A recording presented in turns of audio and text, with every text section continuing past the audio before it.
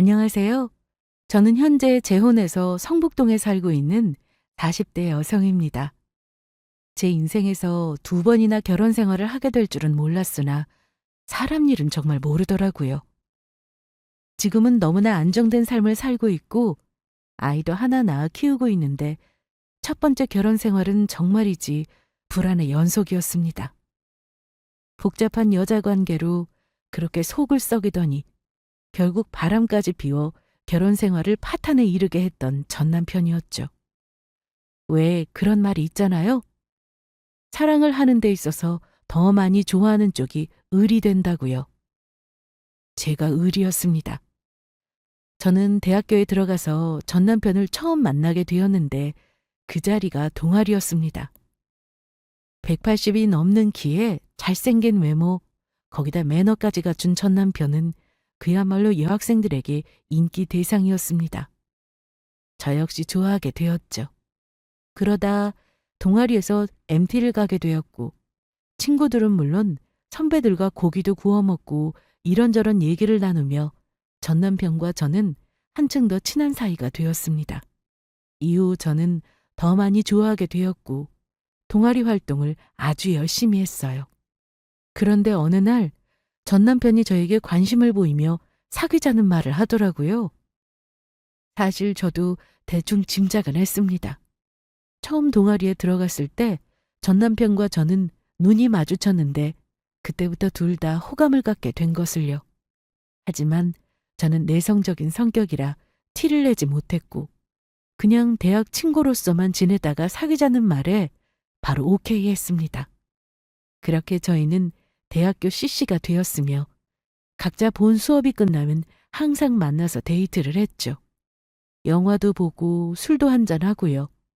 그 당시 저는 주말에 식당에서 서빙 알바를 했었는데 제가 일이 끝날 시간이 되면 전 남편은 꼭 데리러 와주었습니다. 그런 소소한 일상들이 쌓이며 저의 대학 생활 역시 하루하루 즐거웠어요. 그러다 전 남편은 군대를 가게 되었습니다. 편지 많이 해. 알았지? 응. 필요한 거 있으면 말해. 내가 택배를 다 보낼게. 알았어. 그리고 이거 우리 엄마 번호야. 나중에 면회 올 때 같이 와? 알았어. 저는 군대 가는 전 남편을 배웅해 주었고 전 남편의 엄마 연락처까지 알게 되었습니다. 이후 저는 그 연락처로 가끔 전화해서 전 남편의 엄마에게 안부도 물었고 나름 친해지려 노력했습니다. 편지는 정말 거의 매일 써서 보냈고 군대에서 필요하다는 물건들을 메모해 두었다가 택배로 보내는 날도 많았어요. 저는 이때까지만 해도 전 남편이 제대 후 학업을 마치면 결혼까지 하겠구나 라는 생각을 했습니다. 그런데 얼마 뒤 전 남편의 여사친이 군대 면회를 갔었다는 사실을 알게 되었습니다. 친구라고 하니 뭐라 할 수도 없었고 휴가를 나와서도 제가 아닌 여사친들을 만나고 다시 복귀하는 날도 있었죠. 전혀 모르고 있다가 동아리 친구들을 통해 들었어요. 그러다 보니 이 관계를 계속 유지해야 하나 싶은 마음에 헤어지자는 말을 할까 말까 정말 수도 없이 고민한 적도 많았습니다. 하지만 그럴 때면 귀신같이 연락이 와서는 저에게 다시 잘해주었고 자기 엄마랑 연락하는 사람은 제가 유일하다는 둥 제 마음을 안심시켜주곤 했습니다. 전 남편을 제가 너무 좋아하다 보니 제가 사람을 제대로 못 본 잘못이 컸죠. 이후 시간이 흘러 전 남편은 제대를 했고 남은 학업을 마치기 위해 복학생이 되었습니다. 그 사이 저는 졸업을 해서 취업을 한 상태였기 때문에 수업이 끝난 전 남편을 만나면 항상 밥도 사주고 했었네요. 그런데 다시 대학 생활을 하게 된 전 남편은 여사친들과의 만남이 잦았습니다.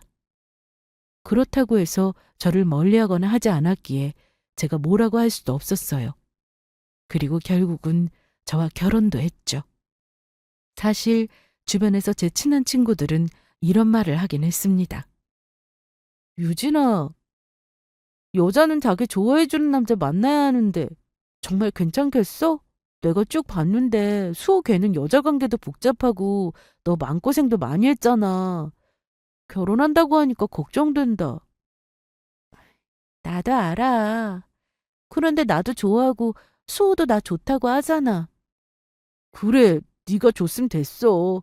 그래도 한 번은 더 생각해봐. 여사친 없는 남자가 어디 있겠냐마는 그래도 선은 좀 지키는 게 맞다고 생각되거든. 친구들의 말도 맞는 말이었습니다. 하지만 저는 그야말로 콩깍지가 쉬었던 거죠. 그리고 사실 전 남편도 저를 좋아하긴 했습니다. 다만 연락하는 여자친구들이 많았을 뿐이었고요. 고민 끝에 저는 결혼을 하게 되었고 저희 둘은 그렇게 부부가 되었습니다. 전 남편은 복학 후 취업 준비를 열심히 해서 나름 이름 있는 회사에 들어갔고 저는 디자인 전공으로 웹디자인 회사를 다니고 있어서 맞벌이 부부가 되었어요. 자기야, 나 당분간 회사 좀 쉬어볼까? 왜? 무슨 문제 있어? 그게 아니라 야근이 너무 잦으니까 몸도 힘들고 애기 갖고 싶은데 잘 안 생기는 것 같아서. 우리 아직 젊은데 뭐. 그리고 좀 더 있다가 애기 가져도 되고 그냥 다녀. 그래? 아니면 이직할까? 지금 다니는 회사 좀 일하는 시간에 비해 연봉도 적고 그런데. 네가 알아서 해. 네가 다니는 회사인데 나한테 물어보면 내가 아냐? 너도 참. 저는 회사를 계속 다녀야 할지 이직을 할지 고민이라 전 남편에게 물어봤는데 별로 관심이 없더라고요. 그리고 아기를 원했던 저와 달리 전 남편은 당장 애는 갖고 싶지 않다는 말도 했습니다. 서로 의견이 맞지 않다 보니 아이 갖는 일은 나중으로 미루게 되었고 저희 부부는 점점 대화도 줄고 주말에나 같이 얼굴 보고 밥 먹는 사이가 되었네요. 전 남편은 평일에 퇴근 후 집에 오는 시간이 항상 늦었는데 원래 친구들과 어울리는 걸 좋아했기에 저는 이해해 주었습니다. 하지만 결혼하고 나서도 연애할 때처럼 행동하니 보기 싫었죠. 한 번은 그 부분에 대해 제가 얘기를 한 적이 있어요. 결혼도 했는데 자기 너무 친구들하고만 어울린 것 같아.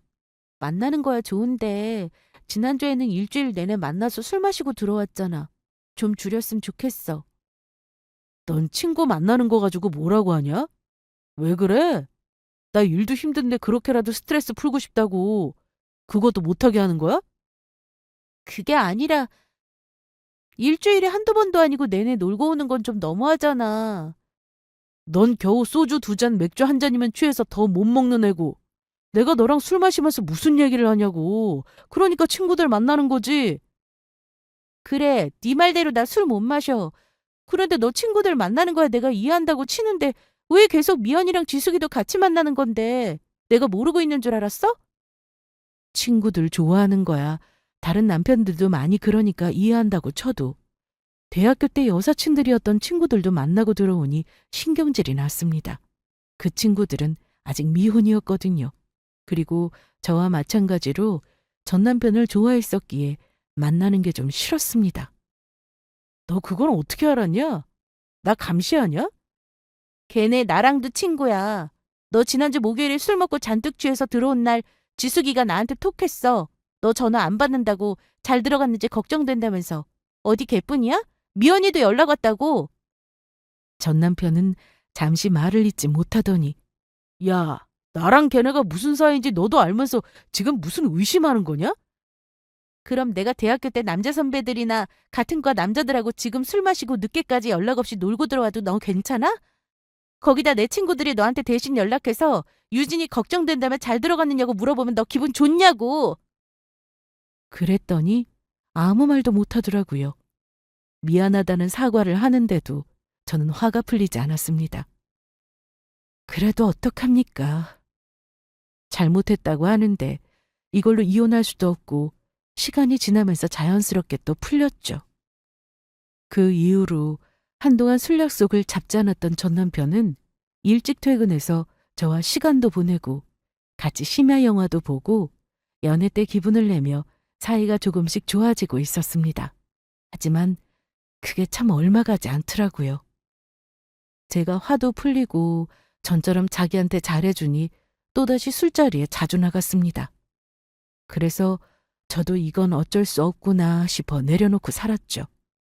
저는 이직 준비를 위해 다니던 회사를 그만두고 잠시 쉬던 중이었는데 남편이 저렇게 밖에서 친구들만 만나고 다니니 속도 상하고 해서 혼자 시댁에 갔는데 어머님이 저에게 이런 말씀을 하셨습니다.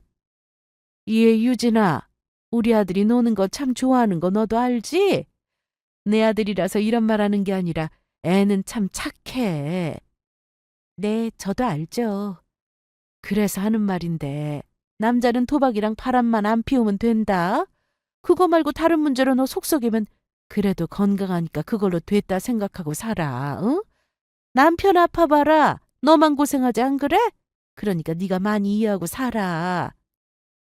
답답한 마음에 시댁에 가서 이런저런 얘기를 했는데 전시모는 자기 아들 얘기가 듣고 싶지 않으셨을 겁니다. 그래도 나름 제 앞에서는 시모가 제 기분을 좀 알아주기는 바랬었는데 어림도 없더라고요. 그러던 어느 날 더는 참고 살기 힘든 일이 생기게 되었습니다. 바로 전 남편의 외도였죠. 설마 바람을 피우진 않겠지 싶었는데 그걸 하더라고요. 전 남편은 자기 회사에 다니고 있는 여직원하고 바람이 났습니다. 이 사실은 전 남편과 같은 회사에 재직 중이던 제 친구를 통해 듣게 되었어요. 알만한 직원들은 이미 다 알고 있다면서요. 전 남편과 바람났다는 그 여자는 신입으로 나이도 어리고 예뻐서 부서에서 예쁨 받고 있다고 했는데 유부남하고 바람 피웠다고 하니 다들 안 좋게 본다고 했습니다. 저는 어떻게든 가정을 지키려고 애썼습니다. 한눈 판 거 잠깐이겠지, 돌아오겠지, 이런 생각을 하며 버텼죠. 남들이 보기에는 제가 정말 답답하게 보일 거고 바보같이 왜 참고 사냐 이럴 수 있습니다. 하지만 저는 전 남편을 정말 많이 좋아해서 결혼을 했어요. 그리고 제 인생에서 이혼은 절대 안 된다고 생각하던 사람입니다. 주변에 이혼한 사람도 없었고 부모님에게도 하나뿐인 딸이 이혼하는 모습은 보여드리고 싶지 않았으니까요. 그저 이혼이라는 그 자체가 두렵고 겁이 났습니다. 거기다 시댁에서도 저보고 계속 기다리면 돌아올 거라고 했고 오히려 이번에는 자기 아들 탓을 하며 제 편까지 들어주니 제가 더 버텼던 것 같습니다. 하지만 결국 전 남편은 돌아오지 않았어요. 계속해서 저에게 이혼을 요구했고 집에도 들어오지 않았습니다. 집이 이 지경인데 제가 취업 준비를 제대로 한다는 건 쉽지 않은 일이었고 가정부터 다시 되돌리자는 생각뿐이었어요. 그런데 전 남편은 저에게 이혼 통보 후 연락도 받아주지 않다 보니 이건 정말 사는 게 아니었습니다. 그러다 하루는 집에 돌아와서 가진 현금이랑 차키, 집까지 다 줄 테니 제발 자기를 놓아달라고 하더군요. 가진 재산을 다 줄 만큼 그 여자가 좋았던 걸까요? 여자한테 미치면 정말 답 없구나 싶었죠. 네가 가진 재산 다 버릴 만큼 그 여자 사랑하냐? 미안하다. 이제 너도 그만해. 네가 이런다고 우리 예전으로 못 돌아가. 너네 행복할 것 같아? 저주하는 거냐? 그래, 그렇게 해서라도 네 속이 풀릴 것 같으면 해라. 욕을 하든지. 근데 도장은 찍어 제발. 이게 뭐야? 너 정말 쓰레기야. 그거 알지? 뭐? 참. 그래, 마음대로 말해. 빨리 나랑 끝내고 너도 너 좋다는 사람 만나. 그게 서로한테 좋은 거 아니야? 저는 그 순간 제 자신이 너무 초라하게 느껴지고 비참하기까지 해서 결국 도장을 찍어주었습니다. 주변에서는 상간녀 소송에서 위자료라도 받아내라 하는데 제가 그걸 알아보지 않았겠습니까? 하지만 저에게는 그 어떤 증거가 없었습니다. 남편의 폰에서 발견한 외도의 흔적이라던가 또는 블랙박스에 찍힌 영상 그 어떤 것도 없었고 그 상간녀에 대한 정보도 없었죠. 이런 경우 유부남인 걸 모르고 만났다고 주장하면 그대로 소송은 끝이라고 하더군요. 재판 역시 빨리 끝나는 것도 아니었고 기간이 상당히 길기에 결국 지치는 건 저였을 거예요. 그때 당시 이길 자신도 없었고요. 위자료를 받는다 한들 그 상황이 달라지는 것도 아니니 그렇게 다 놓아주었습니다. 그래서 깨끗하게 원하는 대로 해주고 이혼을 했네요. 전 남편이 이혼 통보를 해왔을 때 저는 정말 구질구질하게 매달려도 보고 별짓 다 했는데 그래서인지 이혼하고 나서 별로 미련이 남지 않았습니다. 할 수 있는 걸 다 해봐서 그런가 보더라고요. 그래도 부모님을 실망시킨 것 같아서 앞으로 잘 사는 모습 보여드리고 싶어 악착같이 일자리를 구했습니다. 그런데 공백 기간도 좀 길었고 나이가 30대가 넘어가니 취업이 쉽지 않았습니다. 그래서 되는 대로 프리랜서로 단기 알바부터 시작했어요. 디자인 전공이라 홈페이지를 만들고 디자인하고 또 관리하는 업무를 주로 하게 되었는데 정직원이 아니다 보니 한 회사에서 오래 일하는 게 쉽지 않았습니다. 계약 기간이 끝나면 바로 일을 그만둬야 했는데 그중 제 사정을 다 이해해주던 회사가 있었어요.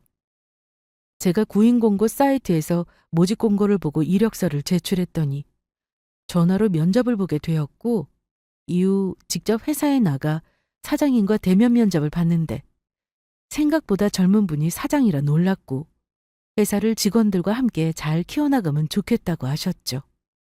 보시다시피 저희 회사가 아직은 갈 길이 멀어요.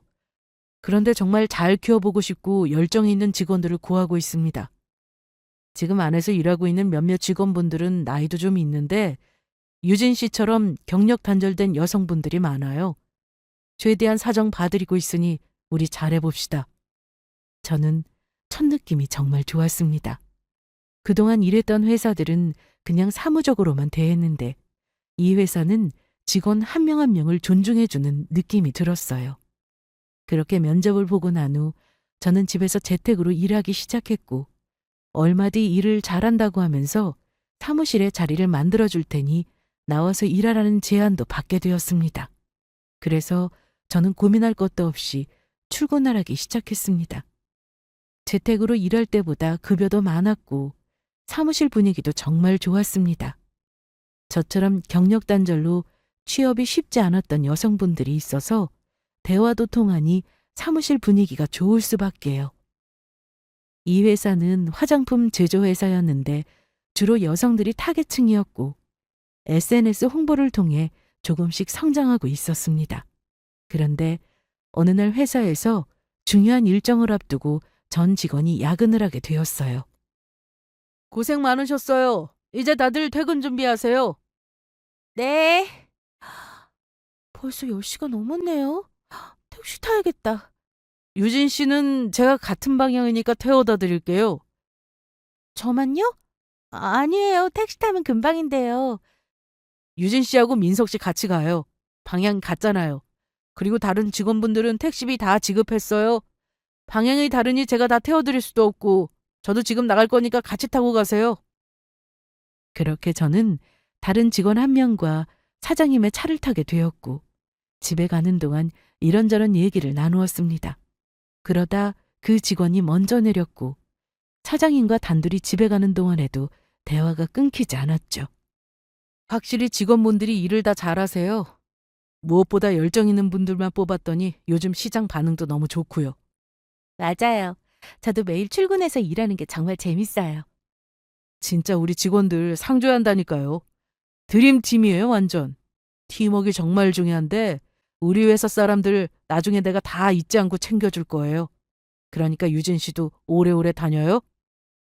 한참 얘기를 하던 중에 집 근처에 도착하게 되었고 감사하다는 인사를 한 뒤 내리고 있는데 글쎄 낯익은 사람이 저 앞에 보이더라고요. 전 남편이 저랑 살던 아파트 단지에 와 있었고 혼자 주차장 한 곳에서 담배를 피우고 있었습니다. 저는 일단 사장님께 인사한 후 집으로 그냥 들어가려는데 전 남편이 저를 보고는 쫓아왔습니다. 야, 너 저 차 뭐냐? 왜 왔어? 뭐냐고. 너 남자 생겼냐? 그리고 오랜만에 보는데 인사가 그게 뭐야? 너 현관 비밀번호도 바꿨더라? 당연하지. 이제 나 혼자 사는 집인데 예전 번호 그대로 해놨을 거라 생각한 거야? 그리고 허락도 없이 집에 들어가려고 했어? 무슨 허락? 원래 내 집이었는데. 이제 아니지. 내 집이야. 그만 돌아가. 왜? 누구 오기로 했냐? 혹시 아까 그 차? 우리 사장님이야. 야근해서 데려다 준 거고. 무슨 회사길래 직원을 태워다 주냐? 이상한 회사 다니는 거 아니야? 그만하고 가라. 오늘은 오랜만에 여기서 좀 자고 가면 안 되냐? 좀 들어가자. 어? 그러면서 전 남편이 아파트 입구로 들어가려고 저와 실랑이를 하게 되었는데 그 모습을 보고 있던 사장님이 제 쪽으로 왔습니다. 아니, 사장님, 안 가셨어요? 네. 아까 유진 씨가 차에서 내릴 때 표정이 갑자기 굳길래 무슨 일 있나 싶어 들어가는 거 보고 가야지 싶었거든요. 그런데 이 사람 누구예요? 사장님이 뭐 이렇게 직원들 개인사에 참견을 해요? 혹시 얘한테 관심 있어요? 네? 아니면 나 몰래 여기서 혹시 같이 살아? 참나. 순진한 줄 알았더니. 말 조심해. 그런 분 아니야. 한밤중이었고 괜히 아파트에서 소란이라도 날까 싶어 사장님을 먼저 돌려보냈고 전 남편도 가라고 했습니다. 그런데 말을 안 듣고 저에게 대뜸. 우리 다시 합칠까? 너 주변에 자꾸 파리들 꼬이는 것 같은데? 뭐? 파리? 말하는 거 봐라. 너 미쳤니? 술 취했으면 곧게 집에 가라. 오늘 우리 집에서 하루만 자고 가면 안 돼? 우리 집이라고 하지 마라. 돌았구나 네가. 그리고 엄마 와 있으니까 더 험한 꼴 당하기 전에 가. 그때 제가 늦은 시간에도 집에 들어오지 않으니 엄마가 나오셨습니다. 이혼 후 혼자 살다 보니 가끔 친정엄마가 집에 오셔서 주무시고 가셨는데 이날도 엄마가 계셨어요. 아니 유진아, 너 거기서 뭐해? 왔으면 들어오지 않고. 아까 창문으로 내다보니까 남자 2명이랑 무슨 얘기하길래 급하게 내려왔어. 엄마. 지금 들어가려고 했어요. 들어가서 얘기할게요. 야, 너 빨리 가라. 엄마한테 욕먹기 싫으면. 장모님 안녕하세요. 오랜만입니다. 이게 누구야? 너 이 자식, 여기가 어디라고 와? 어? 바람 피워놓고 내 딸이 그립디? 어? 그러면서 저희 엄마는 전 남편을 향해 온갖 욕을 하기 시작하셨는데 이대로는 안 되겠다 싶어 엄마와 함께 급히 집으로 들어갔습니다. 다행히 전 남편은 집까지 쫓아오진 않더라고요.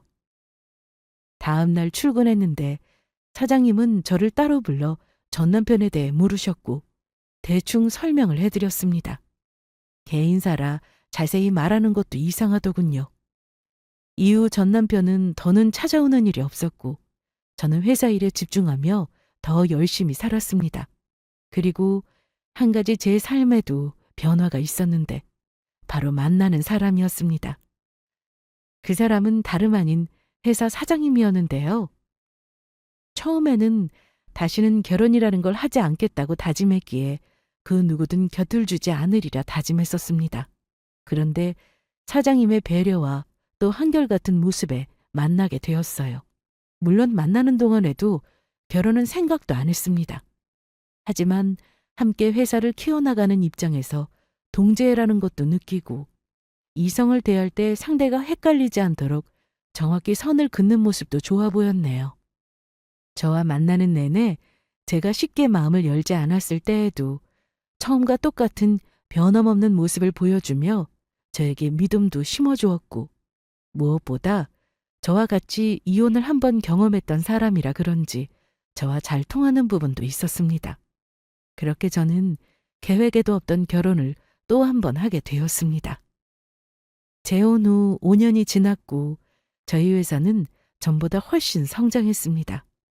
제가 처음 입사했을 때는 사무실이 딱 한 층이었는데 이후 점점 직원이 늘어나면서 14층 건물 안에 10층을 모두 사용할 정도가 되었습니다.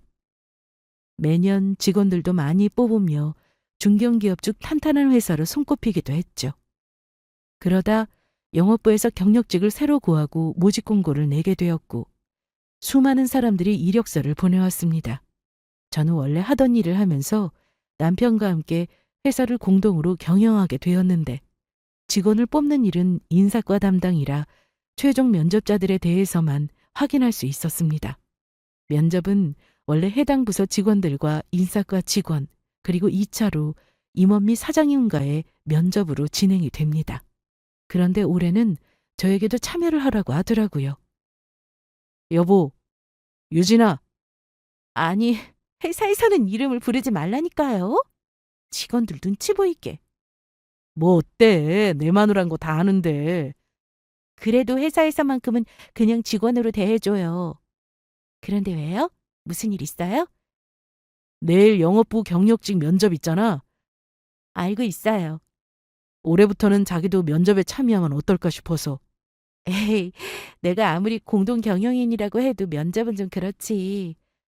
여직원도 뽑을 건데 면접관 중에 여자도 있으면 좋지 않을까? 여직원을 꼭 여자가 봐야 하나? 난 봐도 잘 몰라요. 그래도 이번에 한번 참여해봐. 응? 경험이다 생각하고 뽑는 거야. 인사과에서 당연히 알아서 할 거니까. 저는 그렇게 처음으로 면접에 참여하게 되었습니다. 하는 일은 회사 홈페이지 제작 및 관리를 여전히 하고 있으나 회사 전반적인 업무를 도맡아 하고 있었습니다. 회사가 자리 잡고 막 성장하기 전에 입사한 터라 사실 내부 사정을 잘 알고 있어서 결혼 후 회사를 남편과 공동으로 경영하게 되었거든요. 그 다음날 면접에 참여하려고 저는 평소보다 일찍 준비해서 출근을 했습니다. 그리고 면접자들의 이력서를 살폈는데 글쎄 전 남편의 이력서가 있더군요. 대체 무슨 일인가 싶었죠. 나름 좋은 회사를 다니고 있어서 그만둘 일은 없을 거라 생각하고 있었는데 이력서를 보내왔다는 게 이상했어요. 전 직장에서도 영어 관련 일을 해서 지원한 건 맞는 것 같은데 왜 하필 이것일까 생각이 들었습니다. 저는 아직 직원들이 출근하지 않은 이른 시간이라 급하게 친구에게 전화를 걸었습니다. 부서는 다르지만 전 남편과 같은 회사를 다니고 있어서 혹시나 어떻게 된 건지 알고 있지 않을까 싶어 전화를 했죠. 유진아, 이 시간에 어쩐 일이야? 미안해. 지금 출근 준비하느라 한참 바쁘지? 아니, 괜찮아. 근데 무슨 일 있어? 그게 말이야. 혹시 박수호 그 인간 소식 좀 아나 싶어서. 네 전 남편? 갑자기 왜? 너 혹시? 아니, 너 이상한 생각하지 마. 내가 뭐 전처럼 아직도 그리워하고 그럴까 봐? 전혀 아니야. 절대 안 돼. 너 재혼도 했잖아. 그런데 왜 갑자기 그 사람 소식은 물어? 다른 게 아니라 우리 회사에 그 인간이 이력서를 냈어. 뭐? 아니 많고 많은 회사 중에 왜 하필 너네 회사야? 그러니까 말이다. 인연 참 얄궂다. 그치? 근데 회사를 그만뒀어. 거기 괜찮은 회사잖아. 절대 본인이 직접 그만둘 리 없지? 네 전 남편 결국 잘렸어. 친구에게 들어보니 전 남편은 직장에서 잘렸다고 했습니다. 저와 이혼하기 전 같은 회사 여직원과 바람이 났는데 회사에서도 모르는 직원이 없을 정도로 소문이 파다하게 퍼졌다고 하더라고요. 처음에는 몇몇 직원들만 알아서 서로 쉬쉬했는데 순식간에 확 퍼지니까 다들 안 좋은 시선으로 봤겠죠. 그럼에도 회사에서는 징계를 내리진 못한다고 했습니다. 아무리 불륜이지만 철저히 개인사로 봐야 하니까요. 그래서 한동안 쭉 회사를 다녔나 본데 별 문제 없다가 그 상간녀가 헤어지자고 했답니다. 알고 보니 전 남편 몰래 상간녀가 다른 남자를 만나고 있었고 조건이 더 좋았는지 결혼까지 한다고 했다는데 전 남편이 가만히 있겠습니까? 상간녀가 바람피니까 눈에 뵈는 게 없었겠죠. 본인도 바람을 피워놓고 참 뻔뻔하네요. 암튼 그 사실을 알았을 때 회사에서 전 남편이 상간녀 부서로 가서는 뺨을 때렸다고 하더라고요. 제 친구는 다 부서였는데 회의 끝나고 자리로 돌아가던 중에 한참 시끄러워서 가보니 전 남편하고 바람났다던 그 여직원이랑 서로 싸우고 있다고 했습니다. 아니, 회사에서 자기 여자친구를 때렸다고? 그래, 여자친구라고 하니 좀 웃기긴 한데 암튼 그 상간녀도 보통이 아니더라. 한 대 맞으니까 열받았는지 네 전 남편 머리카락을 쥐어뜯을 듯이 붙잡고는 얼굴도 손톱으로 핥히고 난리도 아니었어. 이게 보통 일이 아니다 보니까 다른 회사에 소문도 나고 결국 기사도 났었어. 어머나, 그런 일이 있었구나. 그래서 잘린 거야? 그래. 사실 회사에서 전부터 네 남편 별로 좋게 안 봤어. 이건 뭐 다른 직원들도 다 아는 사실이었고. 그런데 무슨 구실로 자르겠어? 그러다 그 사건이 기사화되면서 우리 회사인 것도 알려지게 됐고 결국 면직 처분 받은 거지. 한마디로 회사 명의가 달린 문제로 커지다 보니 그냥 해고된 거야. 여직원도 같이. 친구 얘기를 듣고 전화를 끊었는데 한참을 멍하니 있었습니다.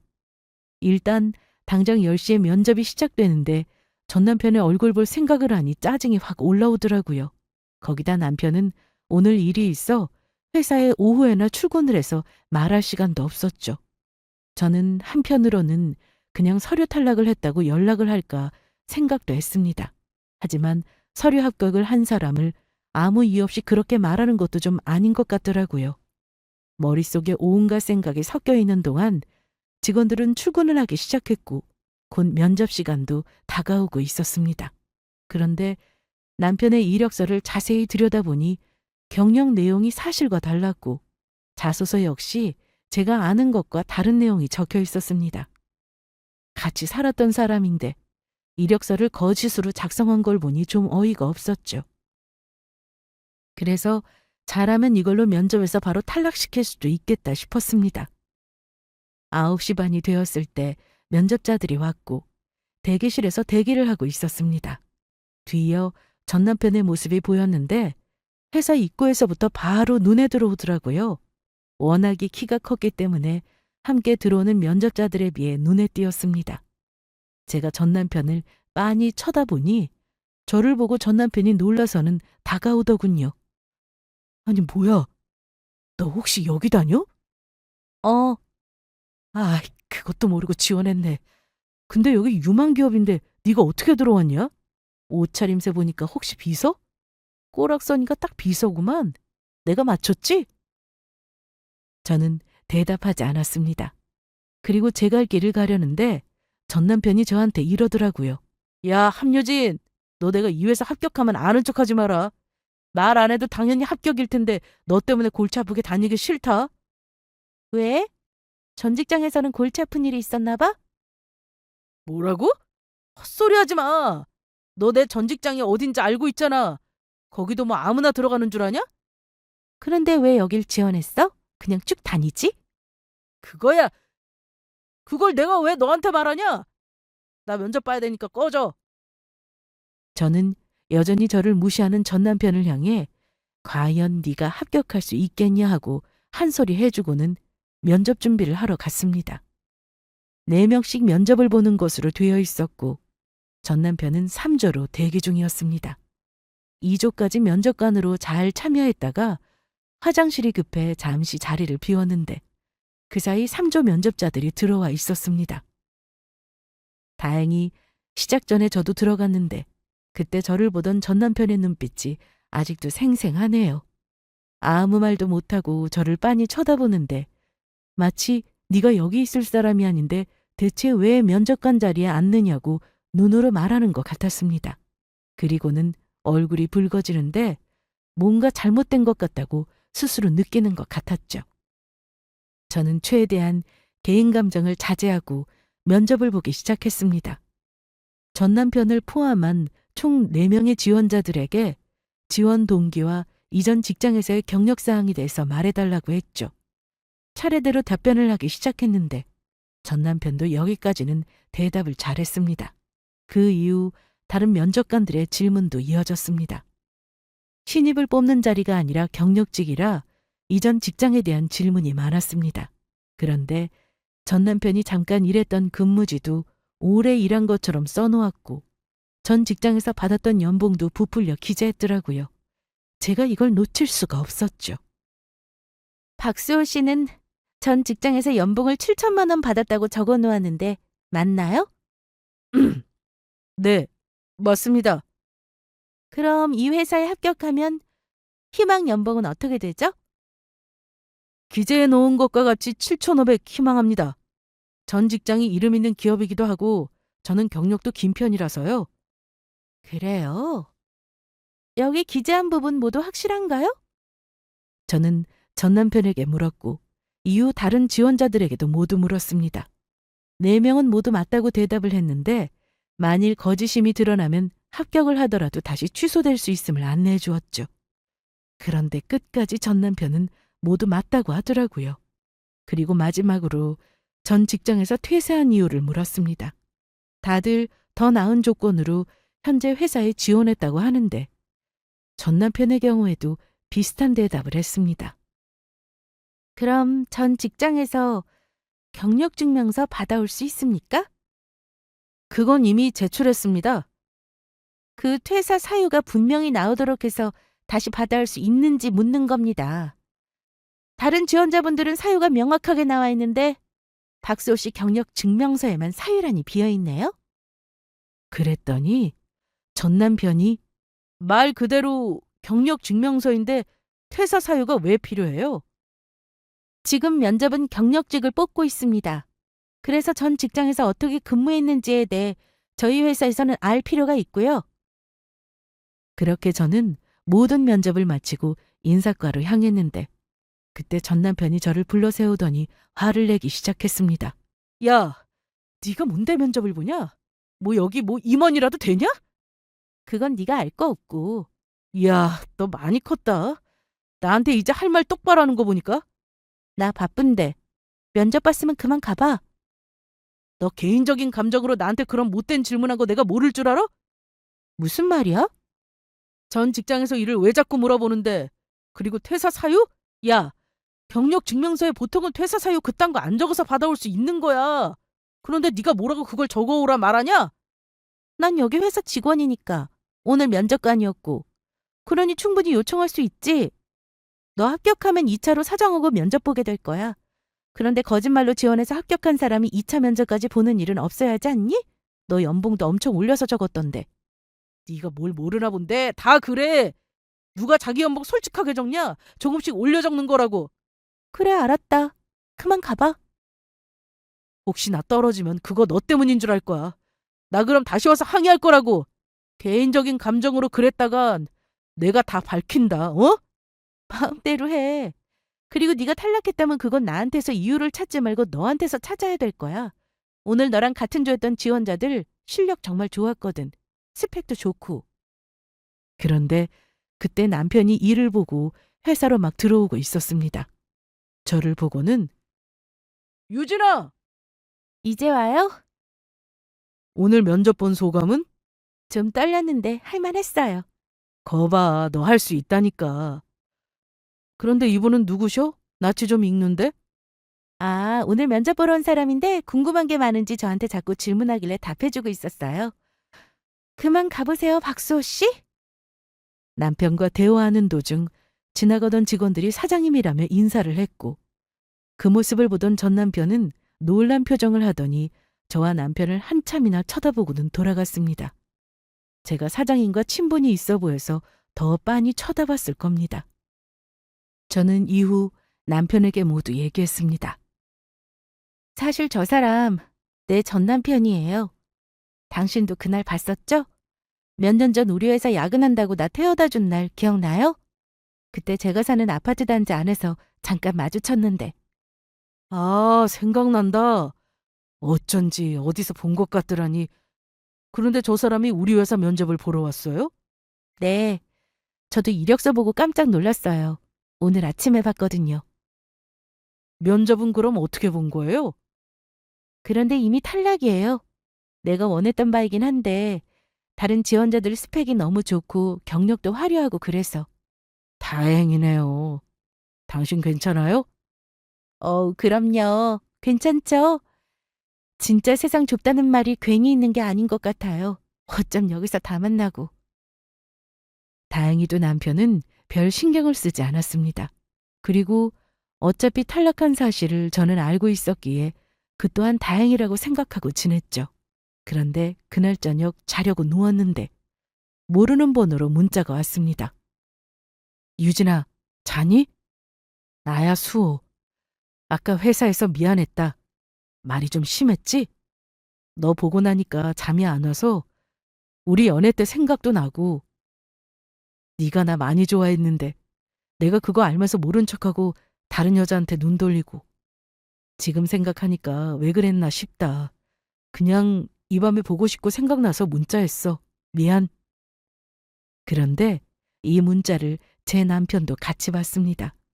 어찌나 얼굴이 화끈거리던지. 번호도 저는 진작에 지우고 차단했는데도 번호를 바꾼 건지 전혀 다른 번호더라고요. 혹시 남편이 오해할까 싶어 설명하려는데 진짜 찌질하네요. 저 사람이 바람 피워놓고 뻔뻔하게 이혼해달라고 했다면서요? 네. 미안해요. 이런 문자 오게 해서. 그게 무슨 말이에요. 번호 알려준 것도 아니고 마음대로 보낸 걸. 혹시나 또 올 수 있으니까 이 번호도 차단해요. 나 괜찮으니까 마음 쓰지 말고. 정말이지. 재혼한 지금의 남편은 마음도 넓습니다. 솔직히 연애 때는 물론 결혼하고도 저는 똑같았어요. 제 성격이 좀 그렇거든요. 누군가를 만나기 시작하면 온전히 마음을 다 쏟는 그런 사람이라 지금 제 남편도 그걸 잘 알아서 저를 정말 위해주고 존중해 주었답니다. 며칠 뒤 면접 결과를 발표하는 날이 되었고 합격자들은 물론 불합격자에게도 모두 연락을 했습니다. 그런데 불합격 소식을 들은 전 남편은 저희 회사로 전화를 해서 바로 저부터 찾았습니다.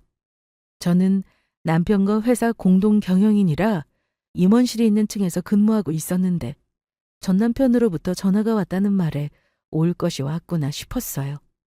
그 사람 성격상 그냥 넘어갈 것 같지 않았거든요. 분명히 본인이 탈락한 이유를 제 탓으로 돌릴 것 같았습니다. 여보세요? 야, 유진아. 뭐냐? 내가 왜 탈락인데? 너 진짜 이런 식으로 나 괴롭힐 거야? 내가 바람 좀 폈다고 이렇게 복수하는 거야? 뭐야? 무슨 말 하는 거야? 누가 합격했는데? 어? 걔네들 이력서 좀 보자. 가져오라고. 여기 회사야. 나한테 이렇게 함부로 하지 않았으면 좋겠어. 그리고 탈락 사유가 궁금하면 이력서에 적힌 이메일로 보내줄 테니 그거 확인해. 이런 식으로 전화하지 말고. 전화를 끊고 나서 마음이 편치 않았습니다. 괜히 심장이 두근거렸죠. 그 이유는 회사로 찾아올 것 같았거든요. 그런데 제 예상대로 정말 찾아왔습니다. 오자마자 인사과부터 찾았는지 해당 부서가 시끄럽다고 연락을 받고는 남편과 같이 가봤는데 전 남편이었습니다. 아니, 타당한 사유가 있어서 탈락한 건데 이러시면 안 됩니다. 내 눈으로 보기 합격한 사람 이력서 보여주세요. 내가 비교해 볼 테니까요. 유진아, 너 잘 만났다. 이리 와봐. 그때 저를 본 전 남편은 제 이름을 부르며 가까이 오라고 했고 제 옆에 있던 남편이 가만히 있을 리 없었죠. 무슨 일이신데요? 저한테 말씀하세요. 아, 그날 본 사장님? 맞죠? 그런데 저 유진이랑 할 말이 좀 있는데 함유진 사원이요? 유진 씨는 사원이 아니고 저와 공동 대표입니다. 그러니 저한테 말씀하세요. 에? 대표요? 공동? 유진아, 먼저 나가 있어. 내가 해결할게. 알았어요. 야, 함유진! 이리 와봐. 네가 직접 말해봐. 네가 정말 대표야? 어? 네가 왜? 아니, 네가 뭔데 대표를 해? 저는 대답하기 싫어서 빤히 쳐다보고만 있었습니다. 아이씨, 됐고. 그럼 네가 대표라서 마음대로 뽑고 싶은 사람 뽑았다 이거냐? 어? 이보세요. 계속 이러시면 영업방해로 경찰에 신고할 수밖에 없습니다. 하라고. 다시 합격시켜줘도 이 회사 안 가. 더러워서 안 다녀. 그런데 개인 감정으로 지원자 탈락시키면 안 되는 거 아니야? 어? 제발 그만하고 나가세요. 나가세요? 웃기네. 내 눈엔 넌 여전히 그냥 나 좋다고 쫓아다니던 찌질한 애야. 그러니 이혼이나 당했지? 뭐야? 남편은 화를 참지 못하고 전 남편을 끌고는 회사 뒷마당으로 데리고 나갔습니다. 그러더니 당장 사과하세요. 내 아내한테 사과하라고! 아내? 누가 아내라는 거야? 혹시 유진이랑 결혼했어요? 그래요. 우리 부부예요. 제 아내한테 한 번만 더 함부로 말하면 그땐 경고 없이 바로 경찰 부를 겁니다. 지금이라도 사과하고 조용히 돌아가세요. 말도 안 돼. 아니, 유진이 같은 애랑 왜 결혼했어요? 혹시 하자 있어요? 남편은 그 말에 전 남편을 때리려 했고 제가 그걸 말리자 전 남편은 나와보라고 하면서 제 옷을 잡아 밀쳐서는 저는 바닥에 미끄러져 넘어졌습니다. 그걸 본 남편은 결국 전 남편을 때리고야 말았죠. 우와, 사람까지 때려? 이 회사 안 되겠네. 경찰은 내가 불러야지. 무슨 네가 불러? 딱 기다려. 그렇게 경찰을 부른 전 남편은 얼마 뒤 도착한 경찰에게 일에 대해 설명했고 남편을 고소한다고 하더라고요. 폭행죄로요. 그러면서 면접 내용도 공개해야 한다고 난리를 쳤습니다. 개인정보 때문에 다른 지원자들에 대한 정보를 보여줄 수 없었으나 경찰 동행하에 함께 전 남편의 면접 점수와 다른 지원자들의 점수를 함께 확인시켜 주었습니다. 그리고 다행히 회사 곳곳에 CCTV가 있어서 전 남편이 사무실에서 난리친 모습은 물론 뒷마당에서 저를 밀쳐 넘어지게 한 모습까지 다 찍혀 있었죠.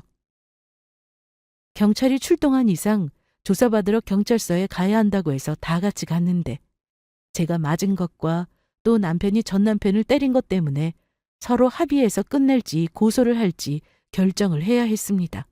하지만 남편은 자기 아내가 먼저 당했기 때문에 때린 거라 주장했고 전 남편이 그 전부터 회사에 와서 영업방해를 하며 난리친 것까지 있어 불리한 상황이었어요. 결국 전 남편은 고소도 못하고 업무방해죄가 적용되어 벌금형이 나왔습니다. 전 남편과 안 좋게 헤어졌는데 이렇게 지금의 남편 앞에서 구질구질한 모습을 보여주게 되어 짜증도 났네요. 이후 저는 임신을 했고 정말 원하던 가정을 꾸릴 수 있게 되었어요. 전 남편은 그런 일이 있고 난 후 저에게 또 다른 번호로 문자를 보냈는데 옛날이 그립다는 둥 헛소리를 해대길래 남편이 바로 전화해서 한 번 더 이런 식으로 제 아내한테 연락하면 그땐 법적 절차 밟을 테니 그런 줄 아세요 하고 엄포를 놓았습니다. 이혼 후에도 이런 식의 문자는 스토킹 범죄가 성립해서 징역이나 벌금형이 나온다고 하더라고요. 다행히 남편의 말이 무서웠는지 더 이상 문자는 없었습니다. 그렇게 전 남편과의 인연은 끝이 났어요. 한때 좋아하던 사람이라 과연 헤어지고 잘 살 수 있을까 싶었지만 더 좋은 사람 만났네요. 그러니 여러분들도 저처럼 힘든 상황이 있으시면 주저 말고 앞으로 나아가세요. 가만히 있으면 아무것도 변하는 건 없더라고요. 저의 긴 사연을 들어주셔서 감사하고 항상 좋은 일이 생기시길 바랍니다.